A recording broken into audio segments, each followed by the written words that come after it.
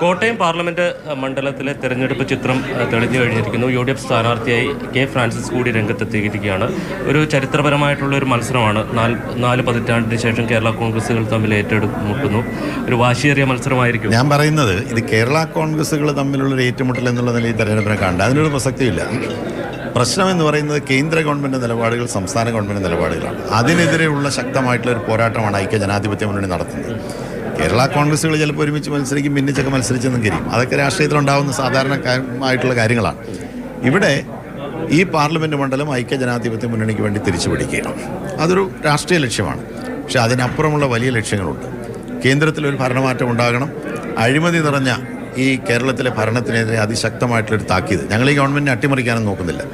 ന്യായമായി ഒരു പ്രതിപക്ഷം പ്രവർത്തിക്കേണ്ട കടമ നിർവഹിക്കുമ്പോൾ അതിഭീകരമായി, അതിക്രൂരമായി ഐക്യജനാധിപത്യ മുന്നണി പ്രവർത്തകരെ മർദ്ദിക്കുകയും അവരെ ഇല്ലായ്മ ചെയ്യാൻ നോക്കുകയും ചെയ്യുന്ന ഈ തികഞ്ഞ ധിക്കാരവും ധാർഷ്ട്യവും നിറഞ്ഞ ജനാധിപത്യ വിരുദ്ധ നിലപാടിനെതിരെയുള്ള അതിശക്തമായിട്ടൊരു താക്കീതായി കൂടി തെരഞ്ഞെടുപ്പ് മാറും.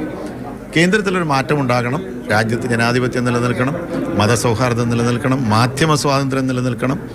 ഈ മൂല്യങ്ങൾക്ക് വേണ്ടിയാണ് ഐക്യ ജനാധിപത്യ മുന്നണിയും ഇന്ത്യ മുന്നണിയും നിലകൊള്ളുന്നത്. ആ പോരാട്ടത്തിൽ ഒരു പ്രതിനിധിയായി ഈ കോട്ടയം പാർലമെൻറ്റ് മണ്ഡലത്തിൽ ഐക്യ ജനാധിപത്യ മുന്നണി എന്നെ തെരഞ്ഞെടുത്തിൽ എനിക്ക് വലിയ സന്തോഷമുണ്ട്, അഭിമാനമുണ്ട്. ഐക്യ ജനാധിപത്യ മുന്നണിക്ക് വേണ്ടി ഏറ്റവും ആത്മാർത്ഥമായി പ്രവർത്തിച്ചു.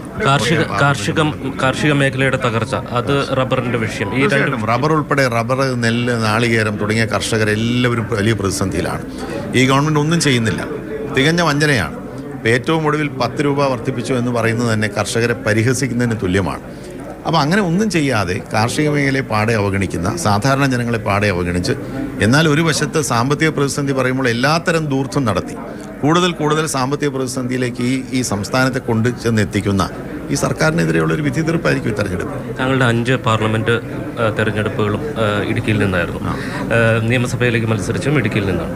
സ്വാഭാവികമായും പുതിയൊരു മണ്ഡലത്തിലേക്കാണ് എത്തുന്നത്. ഒരു കോട്ടയം പറയാൻ കഴിയില്ല. കോട്ടയവും ഇടുക്കി എന്ന് പറഞ്ഞാൽ കോട്ടയത്തിൻ്റെ ഭാഗമായിരുന്നു ഇടുക്കി. മാതൃജില്ല എന്ന് പറയുന്നത് കോട്ടയമാണ്. ഇടുക്കിയുടെയും എറണാകുളത്തിൻ്റെയൊക്കെ മാതൃജില്ല കോട്ടയമാണ്. അപ്പോൾ അടിവേരുകൾ ഒരു അമ്പലിക്കൽ കോട് എന്ന് പറയില്ല, പൊക്കിൾക്കൊടി ബന്ധമെന്ന് പറയുന്നത് ഇടുക്കിക്കും എറണാകുളത്തിനും ഒക്കെ കോട്ടയമായിട്ടാണ്. കോട്ടയമാണ് ഹെഡ് ക്വാർട്ടേഴ്സ്. അപ്പോൾ അതുകൊണ്ട് തീർച്ചയായിട്ടും കോട്ടയത്ത് മത്സരിക്കുന്നതിൽ വലിയ അഭിമാനമുണ്ട്, വലിയ സന്തോഷമുണ്ട്, ആത്മവിശ്വാസത്തിലാണ്. തീർച്ചയായിട്ടും 100%. ഇത്രയും നേതാക്കന്മാർ ഈ കാര്യങ്ങൾക്ക് നേതൃത്വം കൊടുക്കാനും അത് നിയന്ത്രിക്കാനും ഒക്കെ ഉള്ള ഒരു ആത്മവിശ്വാസക്കുറവില്ല. തീർച്ചയായിട്ടും എല്ലാ അഭിനന്ദനങ്ങളും, ആശംസകളും.